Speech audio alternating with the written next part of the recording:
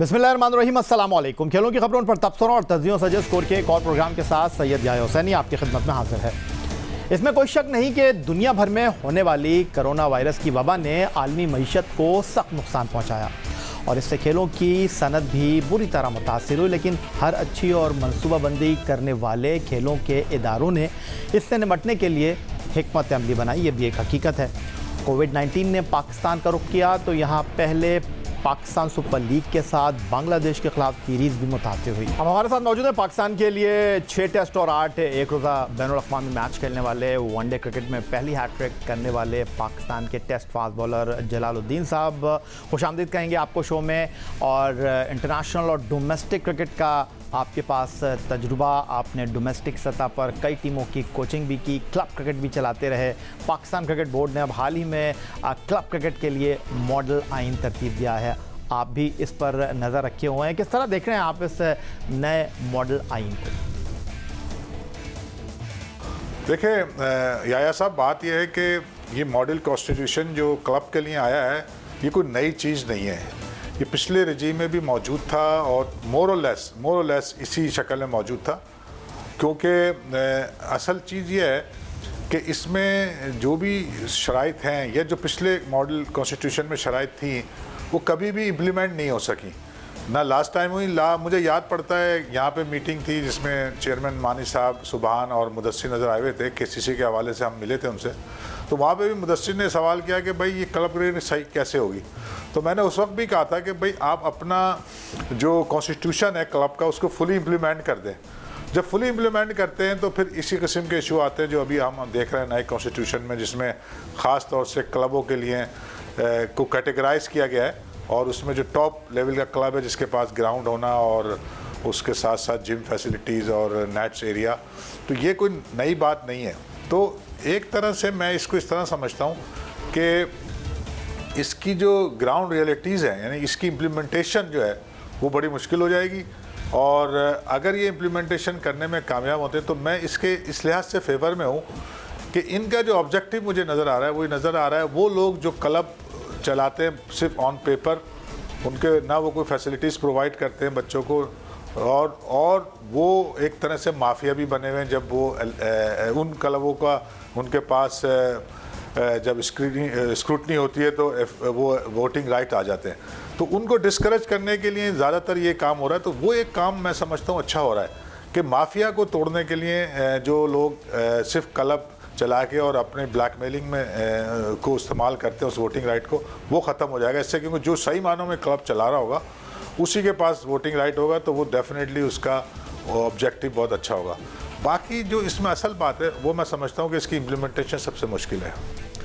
जलालुद्दीन साहब, लेकिन Pakistan cricket team के दौरा इंग्लैंड की थोड़ी सी बात करना चाहूँगा आपसे, जहाँ इन दिनों टीम पाकिस्तान मौजूद है और जो तस्वीर वहाँ से हमें मौसूल हो रही हैं खिलाड़ियों की, पाकिस्तान टीम के खिलाड़ियों की शर्ट्स के ऊपर स्पॉन्सर का कोई लोगो नहीं है। यानी इस दौरे के लिए पाकिस्तान क्रिकेट बोर्ड को कोई स्पॉन्सर मिला ही नहीं, ऐसा कहा जा रहा था। और मशरूफ साझेदारी के साथ पाकिस्तान क्रिकेट बोर्ड का मुआहिदा भी ख़त्म हो गया था, लेकिन अब इत्तलाती हैं कि मुआहिदा हो गया है। टेस्ट सीरीज़ के दौरान हमें खिलाड़ियों की किट के ऊपर स्पॉन्सर का लोगो मिलेगा, लेकिन माजी के मुकाबले में बहुत कम पैसों में ये मुआहिदा हुआ है। लेकिन दूसरी तरफ director high performance centre Nadeem Khan की बात कर लेते हैं। वो कहते हैं कि क्लब क्रिकेट को अपने लिए खुद स्पॉन्सर ढूंढना होगा। क्या क्लब क्रिकेट के लिए स्पॉन्सर ढूंढना आसान काम नज़र आता है ऐसे वक्त में जब पाकिस्तान टीम की शर्ट जो है वो माजी के मुकाबले में बहुत कम पैसों में जो है स्पॉन्सर ख़रीद रहा है? देखिए, जहाँ तक पाकिस्तान टीम की क्लोथिंग पे स्पॉन्सरशिप के हवाले से मैं ये कहूँगा कि इस वक्त अगर वो हासिल नहीं कर सके तो ये बहुत बड़ा फेलियर है। क्योंकि पूरी दुनिया में क्रिकेट रुकी हुई है और इस वक्त पाकिस्तान, इंग्लैंड और वेस्ट इंडीज़ को एज है, क्योंकि वो पहली दफ़ा इस सिनेरियो कोविड-19 के बाद क्रिकेट खेला है। तो सारी लोग जो भी इस सिलसिले में अटैच होते हैं, यानी कि स्पॉन्सरशिप के हवाले से, तो उनको तो लोग उन्हें वो चाहिए कि कहीं वो अपने आप को अपनी प्रोडक्ट को ला सकें। तो ये बहुत अच्छा मौका था और इससे मैं समझता हूँ इंग्लैंड सबसे ज़्यादा भरपूर फ़ायदा उठाएगा। और क्योंकि और कहीं यहाँ क्रिकेट अभी हो नहीं रही है, सिर्फ इंग्लैंड में हो रही है। तो इसको देखते हुए मैं यही कह सकता हूँ कि ये फेलियर है और एक बहुत बड़ा सेटबैक है पाकिस्तान की मार्केटिंग की टीम के हवाले से। जहाँ तक क्लब की स्पॉन्सरशिप की है तो देखें, जो टॉप क्लब होंगे ज़ाहिर उनके रिलेशन भी होंगे और वो अपने एंड पे अगर एफर्ट्स करेंगे तो क्लब की हद तक नॉट रियली इन स्पॉन्सरशिप बल्कि वो डोनेशंस और ग्रांट इस तरह की चीज़ें हासिल कर सकते हैं और करनी चाहिए। ये उनकी रिस्पॉन्सिबिलिटी होती है जो क्लब का प्रेसिडेंट है, उसको फ़ंड लाना है। अगर वो फ़ंड नहीं ला सकता तो फिर वो क्लब चलाने का मजाज नहीं है।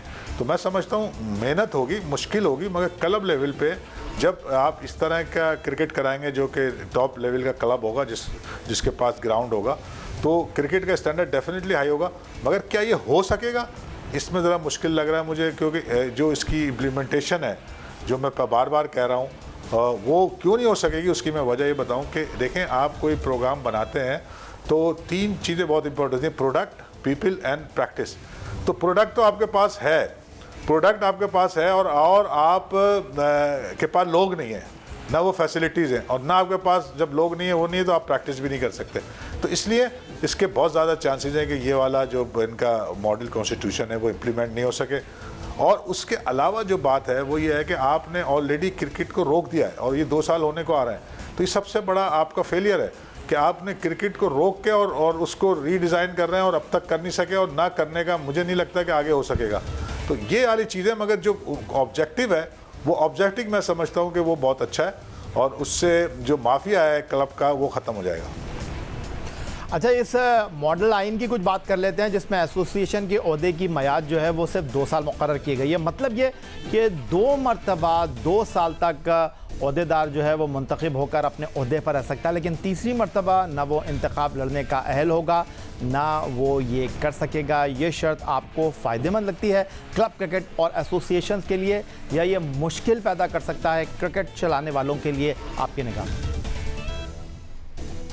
तो जहाँ तक किसी भी ओहदे की टर्म्स का ताल्लुक है, तो दुनिया में जहाँ पे भी किसी भी लेवल पे ज़्यादा से ज़्यादा 2 टर्म ही को समझा जाता है, उसके बाद गैप दिया जाता है और उस गैप के बाद दोबारा वो लड़ सकता है एक दफ़ा एक टर्म को छोड़ के। तो ये कॉन्सेप्ट दुनिया में है, कोई नई बात नहीं है। हाँ, 3 साल से 2 साल किया है और फिलहाल मैं समझता हूँ जब नया स्ट्रक्चर आया तो ये चीज़ सही है, क्योंकि जल्दी जल्दी जब चीज़ें चेंज होंगी तो उसमें इम्प्रूवमेंट आता है। ये आइडिया बुरा नहीं है, ये आइडिया असल उसी से रिलेट कर रहा है जो हमने पहले बात की है कि जी माफिया को ब्रेक करना है। जो क्लब लेवल का माफिया है वो क्रिकेट कराता नहीं है, क्लब को सही से चलाता नहीं है और वोटिंग राइट लेके ब्लैकमेलिंग करता है जब वो एसोसिएशन के इलेक्शन में जाता है। तो इस लिहाज से ये चीज़ अच्छी है, मगर अल्टीमेटली फिर मुझे वही कहना पड़ता है, क्या ये ऐसा हो सकेगा? पाकिस्तान के लिए वनडे क्रिकेट में पहली हैट्रिक करने वाले टेस्ट फास्ट बॉलर, जिन्होंने पाकिस्तान के लिए 6 टेस्ट 8 वनडे इंटरनेशनल खेले, पाकिस्तान क्रिकेट बोर्ड के नए क्लब मॉडल आइन पर गुफ्तगू कर रहे थे। मिलते हैं ब्रेक के बाद।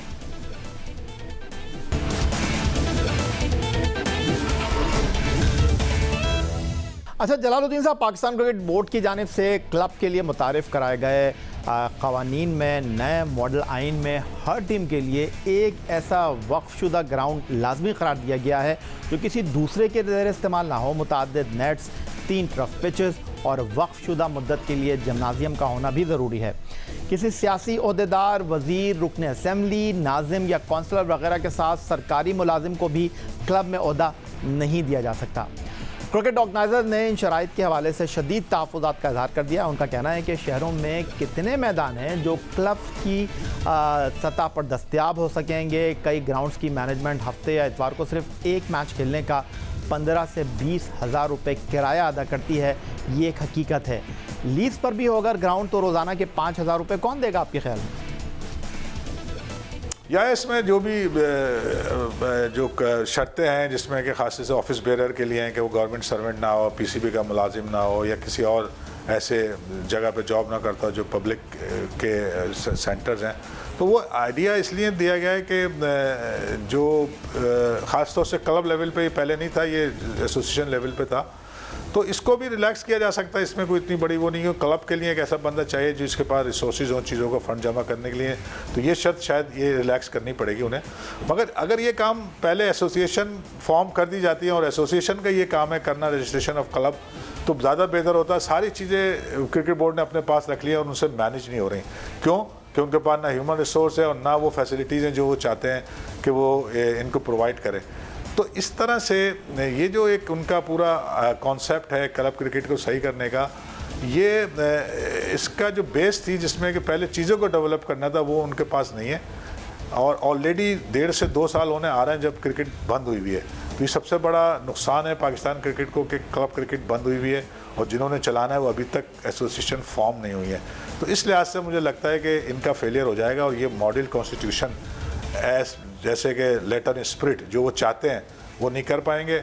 और अगर नहीं कर पाएंगे तो फिर अगर वही वाला जो पिछला सेटअप में चीज़ें हो रही होंगी या उसी तरह की हो रही होंगी, तो इतने दिन क्रिकेट को बंद करके और करना तो कोई सही बात नहीं होगी। तो इसलिए मैं तो ये चाहूँगा कि जो उनका ये कॉन्सेप्ट है जिसमें कि क्लब माफिया को उन्होंने मिनिमाइज़ करना है, वो एक अच्छा आइडिया। मगर अब हमें देखना है कि उनका एक्शन प्लान क्या है और किस तरह वो इसको कामयाबी के साथ कंप्लीट करते हैं। और टाइम फ्रेम इसमें इंपॉर्टेंट है क्योंकि ऑलरेडी पहले बहुत टाइम ज़ाया हो चुका है।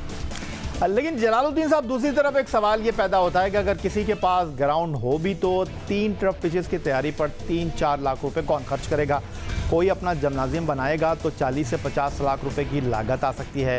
किराए पर भी हासिल करना कोई आसान काम है नहीं। लेवल 1 कोचेज रखना भी शर्त बना दी है। अब बड़े शहरों में मौजूद क्लब की ज़रूरत कैसे और क्यों कर पूरी होगी आपके ख्याल में? जितनी भी सख्त शराइत आप बयान कर रहे हो या वो सब उस क्लब के लिए जो कि एसोसिएट क्लब होगा जिसके पास वोटिंग राइट होगा। तो अगर कोई क्लब जो कि और उसके ऑफिस बेयरर चाहते हैं कि वो उस कैटेगरी में आएँ तो उन्हें ये चीज़ें प्रूव करनी है, ये कोई इतना बड़ा इशू नहीं है। मगर इसके अलावा भी कैटेगरीज़ हैं, वो क्लब जो कि ये चीज़ें पूरी नहीं कर सकते, उन्हें भी क्रिकेट खेलने की पूरी इजाज़त है, वो अपने उस कैटेगरी में क्रिकेट खेलेंगे। तो सिर्फ जो उनको तकलीफ़ है जो ऑर्गेनाइज़र्स को या जो एसोसिएशन के पुराने लोग हैं कि उनका जो वो वोट पावर है वो ख़त्म हो जाएगी। ये सारी लड़ाई उसकी है, क्रिकेट की नहीं है। क्रिकेट को तो रोका ही नहीं है खेलने को। क्रिकेट तो आप किसी भी लेवल पे क्लब में रजिस्टर्ड हो जाए और क्रिकेट खिलाते रहें। यहाँ मसला आ रहा है जो वो क्लब जो जिन्होंने वोट देना है उनको ये फैसिलिटी डेवलप करनी है। तो मैं समझता हूँ ये आइडिया बुरा नहीं है और जिन्होंने उस लेवल पे आना है तो वो ये कर भी सकते हैं। यहाँ ख़ास तौर से हम इस अगर शहर की बात करें तो मसला नहीं है, मैं भी छोटी जगहों पे कुछ इश्यूज़ आ सकते हैं। तो यही तो एक प्रेसिडेंट और उनकी टीम का मकसद है कि क्रिकेट के लिए उन्होंने फ़ंड जमा करने हैं और चीज़ों को ऑर्गेनाइज़ करना है, यही उनकी जिम्मेदारियों में आता है। तो अगर वो ये नहीं कर सकेंगे तो फिर उनको क्यों वो लड़ना चाह रहे हैं, वो क्लब क्यों चलाना चाह रहे हैं? मत चलाएं। जलालुद्दीन साहब, पाकिस्तान क्रिकेट बोर्ड में तब्दीलियां होती रहती हैं। बोर्ड में जो भी नई मैनेजमेंट आती है वो अपने मंसूबे साथ लेकर आती है। कभी डिपार्टमेंट और रीजन की टीमों को साथ कर दिया जाता है, कभी इन टीमों को अलग कर दिया जाता है। मौजूदा क्रिकेट बोर्ड ने वज़ीर आज़म पाकिस्तान इमरान खान की हिदायत पर 6 टीमों का नया निज़ाम नाफिजुल अमल कर दिया है और अब क्लब लेवल पर भी तब्दीलियां की जा रही हैं। तो क्या इस सब से पाकिस्तान क्रिकेट में आपको बेहतरी की कोई उम्मीद नज़र आ रही है? देखिए यार, जो ये सारी कड़ी है क्लब क्रिकेट की कॉन्स्टिट्यूशन की, ये शुरू होती है ऊपर से। जो पूरा नया स्ट्रक्चर को क्रिकेट बोर्ड के ख़ासतौर से डोमेस्टिक क्रिकेट के को रिवैम्प कर रहे हैं, जिसमें जो क्रिकेट डिपार्टमेंट की ख़त्म की गई है और 6 टीमें फॉर्म की गई हैं, ये वो सारा उसका एक सिलसिला है। मगर बात यह है कि जो उनका एक विज़न है जो उन्होंने रिलीज़ भी किया है अपना 5 साल, उसकी इम्प्लीमेंटेशन नहीं हो रही है। उनके पास ना लोग हैं, ना फैसिलिटीज़ है और ना ही उनके पास टाइम फ्रेम है। तो अगर चाहे वो क्लब का कॉन्स्टिट्यूशन हो, चाहे वो 6 टीमों की मैनेजमेंट हो, चाहे वो एसोसिएशन की मैनेजमेंट हो, चाहे वो क्रिकेट एसोसिएशन की मैनेजमेंट हो, ये बहुत बड़ा काम है जो अभी होना है। तो इसलिए अभी से ये क्लब क्रिकेट में चले गए। क्लब क्रिकेट को बेसिकली जो क्रिकेट एसोसिएशंस बननी है, सिटी क्रिकेट एसोसिएशन, उन्होंने ये करना था। तो पहले सिटी क्रिकेट एसोसिएशन बनाते, उनको ये क्लब का प्रोजेक्ट देते और वो उसको करते। तो ओवरऑल हम अगर बात करें इस पूरे जो सिस्टम को चेंज कर रहे हैं, उसमें अब तक हमें कोई कामयाबी उनकी नज़र नहीं आई है और ना ही उनके पास लोग हैं। और जो अभी उनके पास लोग हैं उनका भी ख़ासतौर से टीम मैनेजमेंट के हवाले से उनकी असिस्टमेंट हो रही है। उसमें ज़्यादा से ज़्यादा तो मैं समझता हूँ कि सिंसियरिटी से करेंगे तो वो उस लेवल से बाहर हो जाएंगे जो वो उनके माइंड में है क्रिकेट बोर्ड के क्रिकेट को सही करने का। तो लोग डेवलप करने थे, फैसिलिटीज़ डेवलप करनी थी जो उन्होंने नहीं की, इसलिए मैं समझता हूँ टोटल इस पूरे प्रोजेक्ट में कामयाबी नहीं हो सकती। बहुत शुक्रिया आपका जलालुद्दीन साहब, पाकिस्तान के लिए वनडे क्रिकेट में पहली हैट्रिक करने वाले टेस्ट फास्ट बॉलर जिन्होंने पाकिस्तान के लिए 6 टेस्ट 8 वनडे इंटरनेशनल खेले। पाकिस्तान क्रिकेट बोर्ड के नए क्लब मॉडल आइन पर गुफ्तगू कर रहे थे। यही था जनाब आज का हमारा प्रोग्राम। ट्विटर पर आप मुझे फॉलो कर सकते हैं, फेसबुक पर हमारा पेज score.geo न्यूज़, और साथ ही आप हमें ईमेल कर सकते हैं score@geo.tv पर। इस दुआ इस उम्मीद इस तवक्को के साथ कि पाकिस्तान में खेल और खिलाड़ी तरक्की करते रहें। सैयद याह्या हुसैनी को स्कोर की पूरी टीम के साथ अगले प्रोग्राम तक के लिए इजाज़त दीजिए। अल्लाह हाफ़िज़।